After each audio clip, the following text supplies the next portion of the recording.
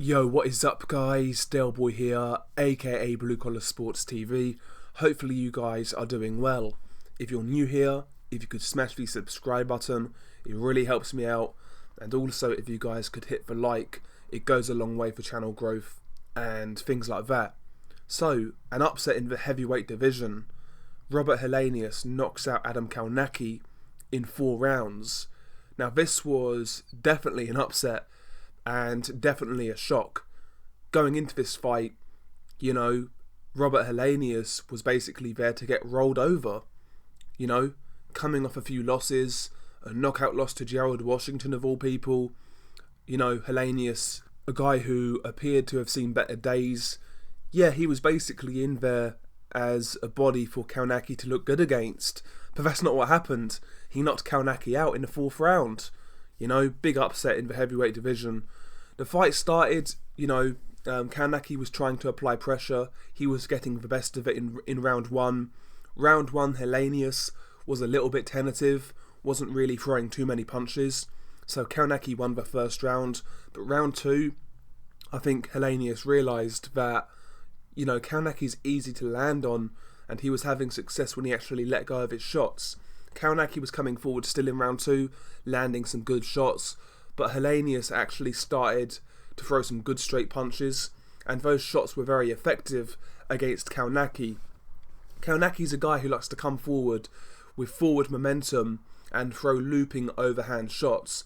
He doesn't throw many straight shots, and when you sort of fight like Kownacki does, you leave openings for straight punches, and Helenius' straight punches were very effective in round 2. His punches were more crisp and they was getting to the target faster, because throwing a straight punch is going to reach the target before a looping punch. So Helenius was punching inside of Kownacki and he was having good success. When Helenius was throwing with Kownacki, he was doing some good work. Round 2 was pretty competitive, good round. Both guys had success. Round 3, more of the same. Both guys trading at times, landing some good hard shots. The activity was always with Kownacki, but maybe the more quality shots were coming from Helenius.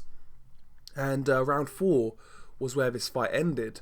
Round 4 actually started with Helenius dropping Adam Kownacki, but it being called a slip. I've got no clue how the referee came to that conclusion. Watching it, it was apparently obvious that Kownacki was caught with a short right hand and he got dropped, but for some reason the referee thought it was a slip. Again, I've got no clue. That is pure incompetence as far as I'm concerned. But Robert Helenius, he knew he caught him and he didn't let Kownacki off the hook. He dropped Kownacki again with a good 1-2-1 combination. So a jab, a right hand and then another jab. That dropped Kownacki hard. Kownacki beat the count, but Robert Helenius jumped on him, landed a few shots in the corner, and, that was all she wrote. The referee jumped in and waved it off. Good stoppage by the referee. Kownacki was getting his head rocked back. He got dropped twice. He wasn't really defending himself, and yeah, I think the referee made the right decision there. So a really good win for Robert Helenius. He really reinvigorates his career with this performance. This is actually the best win of Helenius' career, because Kownacki was a top 10 ranked heavyweight going into this fight, and yeah, this win really puts Helenius back in the mix. He can now get some decent fights. There's certain fights out there I would like to see from Helenius. Maybe Helenius versus Charles Martin. I think that would be a fun fight. I'd love to see Helenius versus Filip Hrgović. Hrgović needs to step up now. I think Helenius would represent that. Helenius versus the winner of Dubois and Joyce. Listen, Helenius is now an attractive opponent again, because he's going to have a high ranking in the IBF and WBA after this win, and he's coming off a good win. So yeah, Helenius, he's put himself in line for a good payday, so fair play to the man. I followed Helenius' career for a long time, when he was like an unbeaten prospect, and way back when, a lot of people had high expectations from Robert Helenius. The guy actually has talent, and he's got heavy hands, but, he looked good on the come up.